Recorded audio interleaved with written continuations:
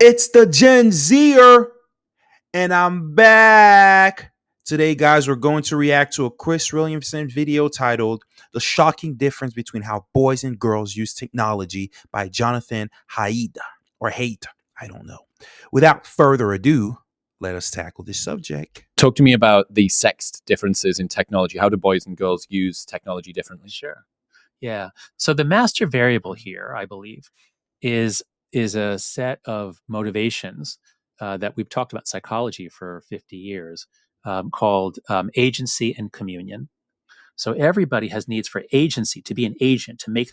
Okay, before Mr. Jonathan goes on a long diatribe here, my assumption is that he's probably going to state that girls use technology in a much more social manner, whereas boys use technology maybe uh to enter into a world of play, maybe to enact uh enact certain fantasies and whatnot, if you think about it. And women use women typically do use social media in a very very social manner for social interactions. That's what I'm assuming his answer will be, but let's see. Things happen. A child knocks over a block tower. It's thrilling. I did that. I caused that to fall. So that's agency. And then communion is connection, being part of a group, being welcomed and embraced, and connecting. So everyone has both motives. But on average, boys have stronger agency motives. And when you let boys and girls choose what to do, the boys are going to gravitate more towards games that allow agency. And so fake war is one of the best examples. They want to practice their skills. Boys, I think, are evolutionary programmed for hunting and war, to enjoy hunting and war. I found this out when I was 29 years.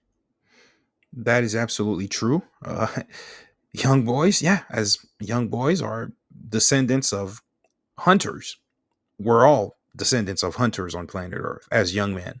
So it makes perfect sense. That's what we're programmed to do. It's in our biological genetic coding. So of course, that's what we want to do. Years old, and for the first time in my life, played paintball with my buddies and hunting each other. We were mixed in with other people, but hunting each other in small groups and shooting guns to try to hit each other was the most thrilling thing we'd ever That'll done. get you. Yeah. Yeah. So that was really cool. Like, wow, there's like a room in my heart for being a hunter and a warrior. Like, I didn't really know it was there, but it was. Gotta go paintballing. That's one thing I haven't crossed off my bucket list yet, but I'm definitely hoping to in the future. It's fun. I got to get all of my friends, all of the guys, all of the broskies, and all of the gals to just say, hey, one weekend, let's just all get together and go paintballing. It's going to be fun. I'm sure it's going to be loads of fun. So anyway, boys choose to pursue agency motives. Girls choose to pursue more communion motives. They talk more with each other. As Richard Reeves, this wonderful British man who has this, who's been making the case for boys. Have you had Richard on the show? Of course. Yeah, he's great. Of He's course. coming back on again Yes. soon. Yeah. His new initiative, okay. the Center for Boys and Men. American Institute for Boys and Men. Yeah. Thank you. That sounds awesome. I'm fully Richard Reeves pilled. I'm on board with, good. with all good. the stuff Yes, he's doing. Me too. Yeah. We're all Richard Reeves. I see we're doing a lot of advert here for Mr. Richard Reeves. If I'm not mistaken, I have seen some of his videos in the past, and I do plan on reacting to some of his videos since his content is certainly very relevant to Gen Z and the content which we speak about here on this channel. Be that as it may, this is quite the advertisement for him, quite the free advertisement at that. And also, Chris, I do like Chris Williamson, but he needs to stop using pilled after every single word which he says. Or I'm Richard Reeves pilled. Like, come on, man. I get it. You're trying to appease to a certain audience, but still, you don't have to do that. But let's carry on. Pilled, yes. Yeah.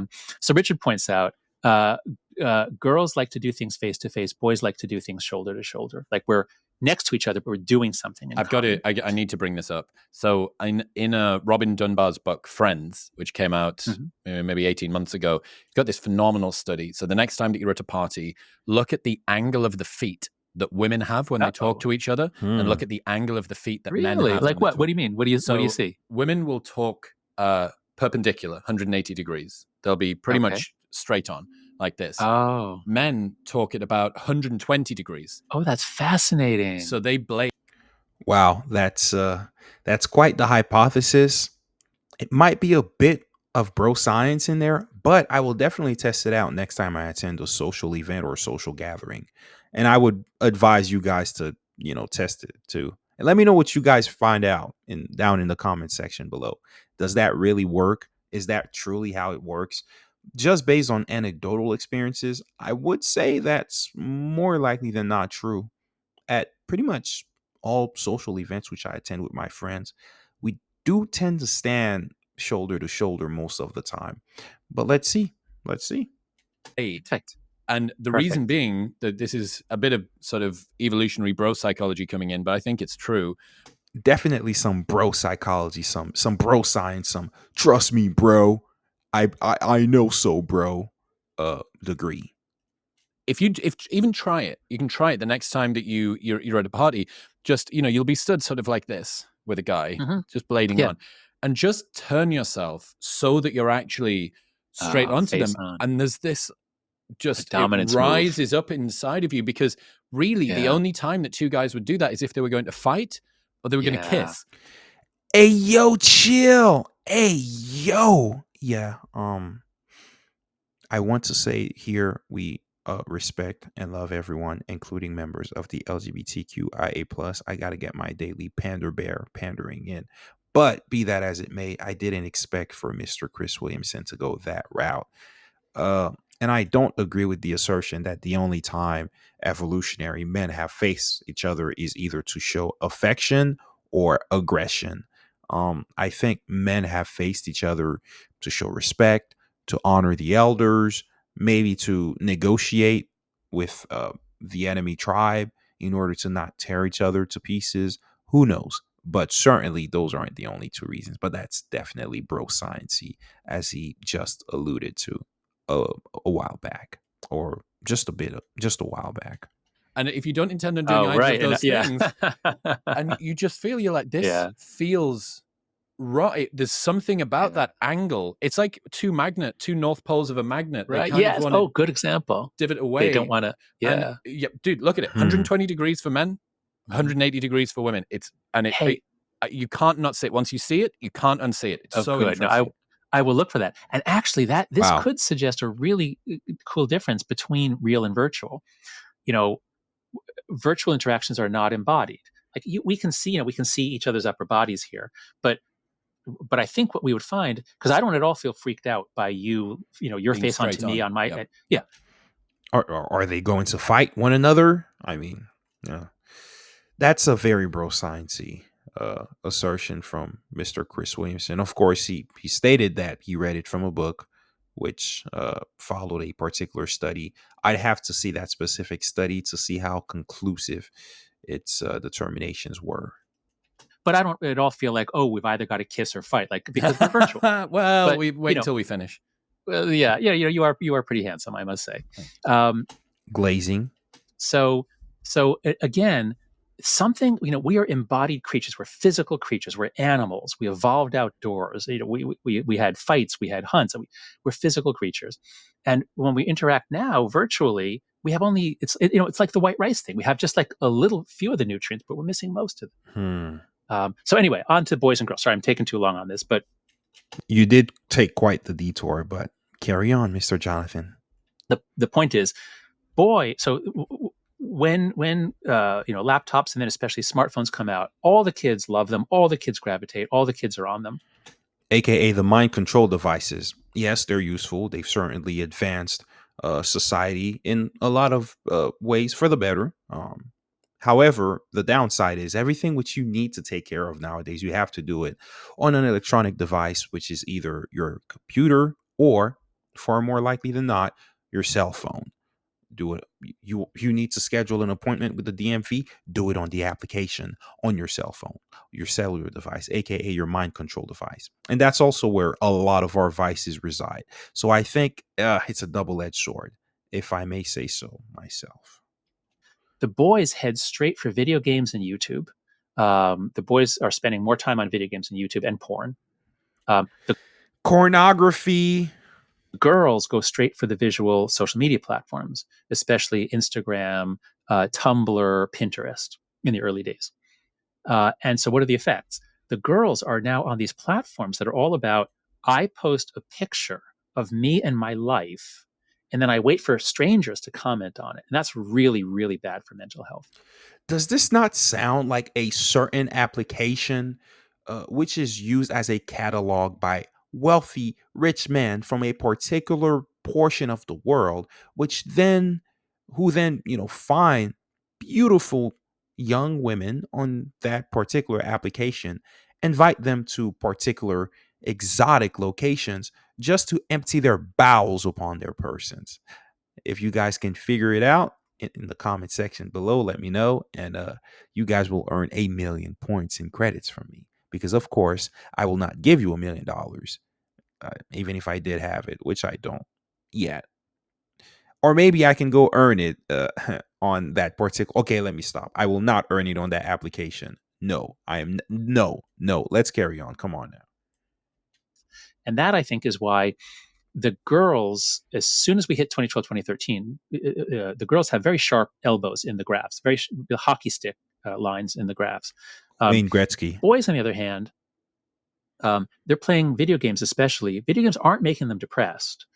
Now, the boys are getting more depressed and anxious. They are roughly twice as depressed and anxious as they used to be, but it's more gradual. It starts a little sooner. It starts more like 2009, 2010, and it's more gradual. So I think what's happening, and what Zach Roush and I concluded in the book, and here we drew on Richard Reeves, is for girls, boom, they get on social media, they get depressed. For boys, they've been withdrawing from the real world since the 70s and 80s. It used to be a male world. There used to be a patriarchy, but boy. But of course, young boys have been told that simply due to the phallus betwixt their legs, they are toxic. They are uncivilized individuals who need to be tamed. As a result, they're going to find various methods of escapism to withdraw from reality. Look at what's happening in our society these days. And Gen Z men are definitely suffering from these policies, which have essentially promoted the welfare and benefit of young women to the detriment and disadvantage of young men. Did you guys know that under the age of 30, young women out earn their male counterparts by a lot? I will bring up that study for you guys. I mean, they out earn them by quite a bit. But of course, we're still fed the same old boomer narrative where women earn 89 cents on the dollar. Yeah, when you're looking at all the boomer CEOs, all the Gen Xers in middle management, yes. For these individuals, yes, women are definitely going to earn 89 cents on the dollar. For Gen Z, women may be out, if I'm not mistaken, women may be earning $1.10 on the dollar. Gen Z men are, in a very Gen Z phrase, or as a very famous Gen Z phrase states, down bad. We're down bad. We're down horrendously. But of course, the media doesn't understand that until it's too late. And if you have disenfranchised young men, you will have disenfranchised leaders of tomorrow, because your young men today are the leaders of your society tomorrow. Thank you, boomers and Gen Xers. Has it been dismantled? And as everything shifts towards girls, and as schools get more and more structured towards girls and girls' needs and girls' ways of learning, and as we all freak out about gender gaps and we think that it's the girls we have to help in the 90s, which wasn't true. Girls had already passed boys. Boys are finding that they don't do well in school. They don't like school. But man, these video games are just getting better and better. You see, the issue is that school is quite feminized and quite effeminate in its structure. You have to attend a room all day and sit in there like a good little schoolgirl.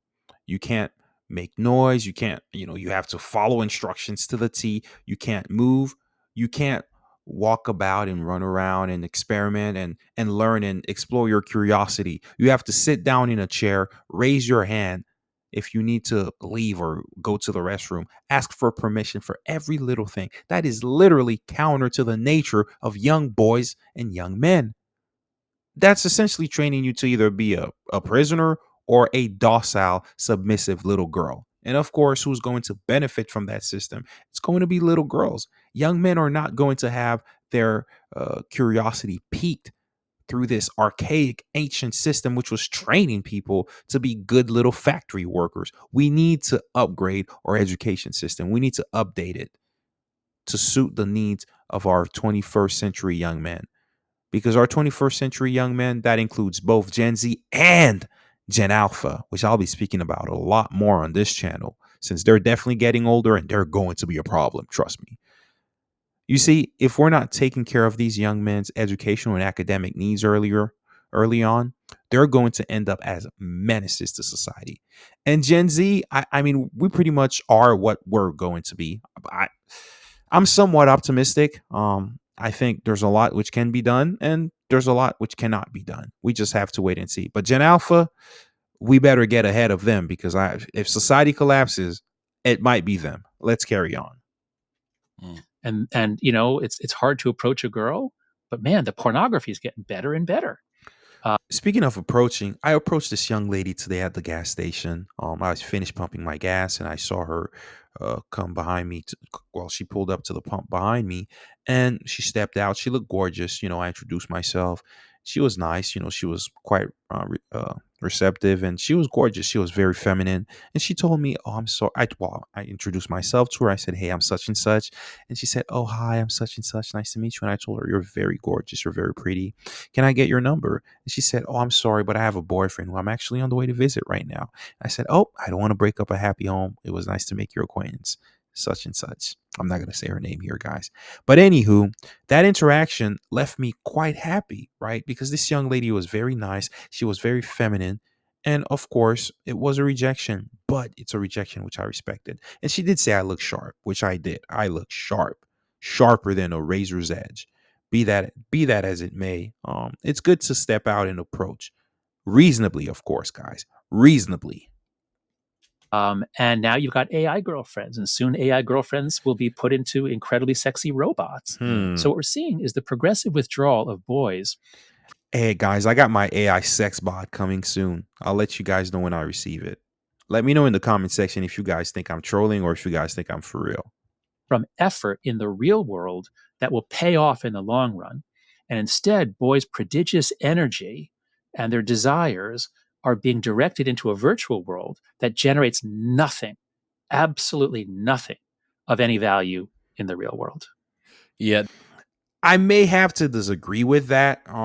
Certainly if you're a Twitch streamer or you're just a gamer in general who live streams your gameplay, you are producing some value. You're providing entertainment. However, as we all know, only a sliver of young men who partake in video games actually end up as successful streamers or even stream at all.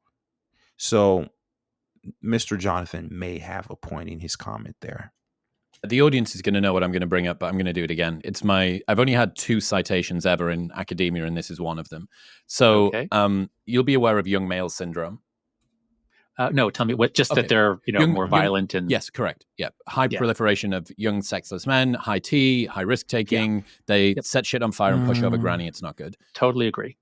We have the highest rates of loneliness and sexlessness amongst young men, at least in the modern world, maybe ever, apart from in maybe some like crazy gerontocracy style, like tribal bullshit 10,000 years ago. By the way, if we go back during our tribal days, back during the early existence of humanity, only one man reproduced with every 17 women. And of course, there's various factors which explain that. Most people didn't make it past the age of 5. The few who, from the age of 5 and onwards, the few who did would die of various causes, be it, especially young men, you die either of illness or maybe you got eaten by the lion or the saber-toothed tiger. Maybe you earned the Darwinian Award by doing some dumb shit, and that's how you got taken out. Or if you managed to live to the ripe old age of 12 or 13, you had your pick of the litter. So, yeah. But, yeah. So that's just my response to that. However, although we are in a society where young men are sexless, I will say young men have very low levels of testosterone, especially in comparison to their forefathers. So the aggression which typically accompanies sexless young men is not going to accompany our generation of young men, especially Gen Zs. And hopefully, Gen Alpha does not lack as much testosterone as we do, but they're exposed to the same phthalates in our water sources. They're exposed to uh, um, the same, I guess, hazards, biohazards, which block productions of sperm cells and whatnot, and also testosterone. So we'll see what happens. Where's all of the incel violence? Like, this isn't a request, but why are we not seeing more mass shootings? Why are we not seeing all the rest That's a of it? good point. So it's my contention that men are being sedated out of their status seeking and reproductive seeking behavior through a combination of social media, video games, and porn.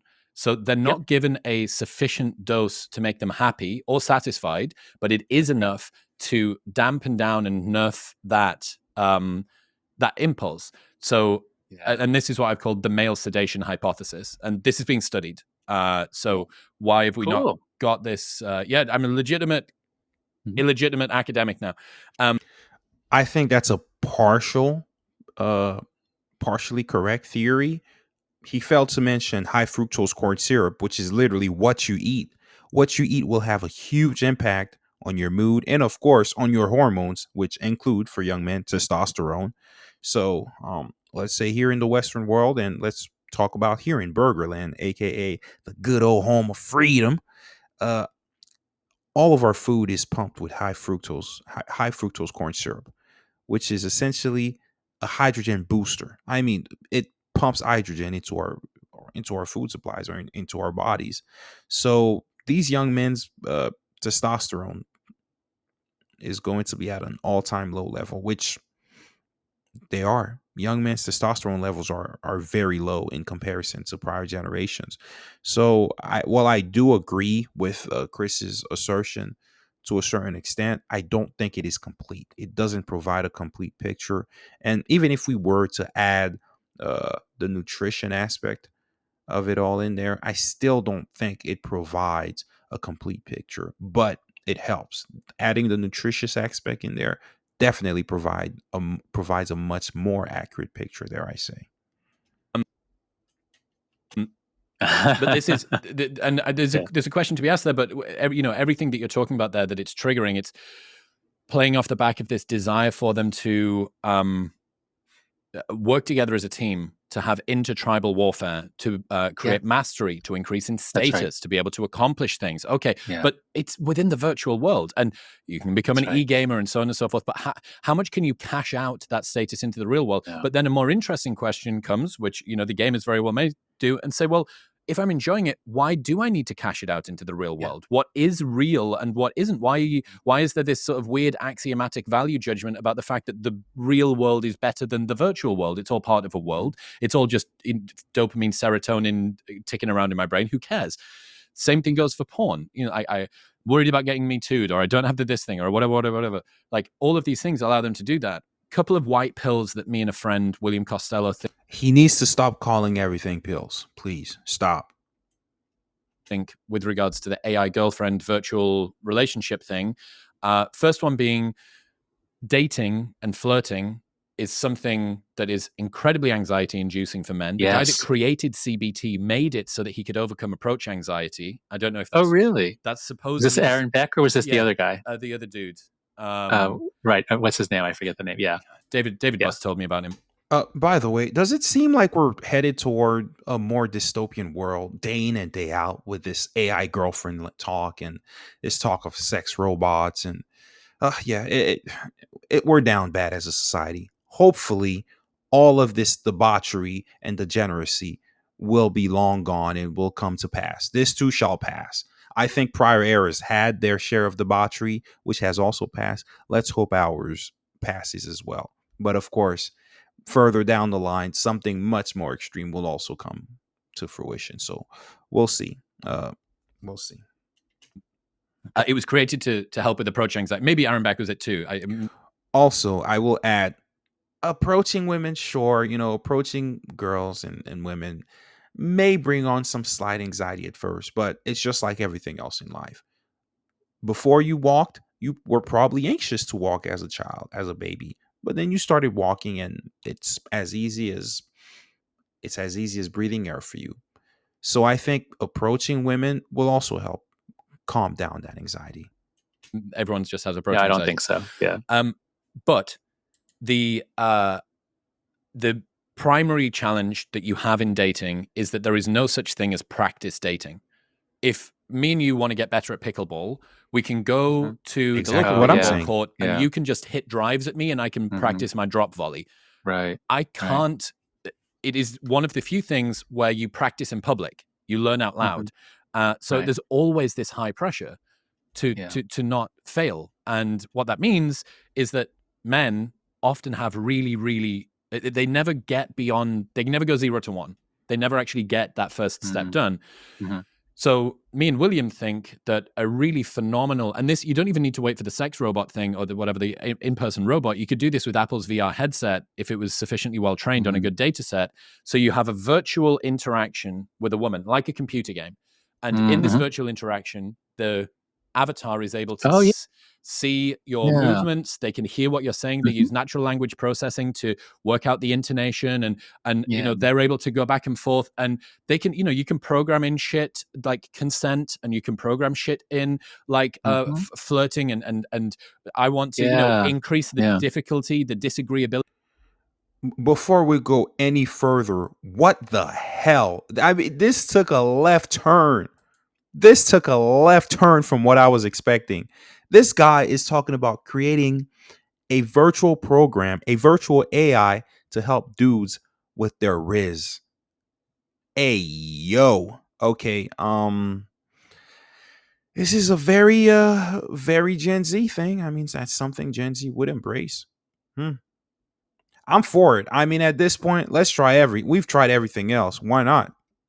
It is what it is. This girl, I want her to make me work, and you level up and level up and level up. And if you can form that on actual human psychology, you can have guys practice playing the video game in the safety of their own home, and then go and deploy this in the real world. It's like, you know, Tonal, one of these like at-home gym things. It's like or Wii Sports, right? Like, you know, you're playing a video. That's a better example. You're playing Wii Sports at home. You're playing tennis or whatever, and then you go out into the real one. You're like, hey, I played a video game, but I'm kind of fitter.